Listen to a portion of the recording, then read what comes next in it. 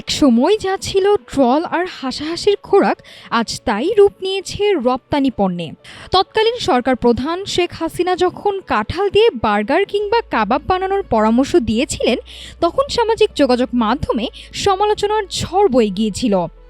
অনেকেই বিষয়টিকে দেখেছিলেন সেলফ কৌতুক হিসেবে, কিন্তু সময়ের ব্যবধানে সেই কাঁঠাল থিওরি এখন দেশের অর্থনীতিতে নতুন সম্ভাবনার দুয়ার খুলছে। আর সেই তত্ত্বকে বাস্তবের রূপ দিচ্ছে বর্তমান বিএনপি সরকার। রাজধানীর কৃষিবিদ ইনস্টিটিউশনে জাতীয় ফল মেলা ২০২৬-এর উদ্বোধনী অনুষ্ঠানে দেখা মিলল এক ভিন্ন চিত্রের।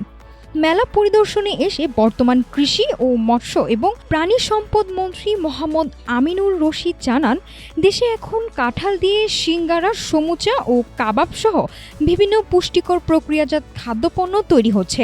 শুধু তাই নয়, আন্তর্জাতিক বাজারেও দেদারসে বাড়ছে এসব পণ্যের চাহিদা।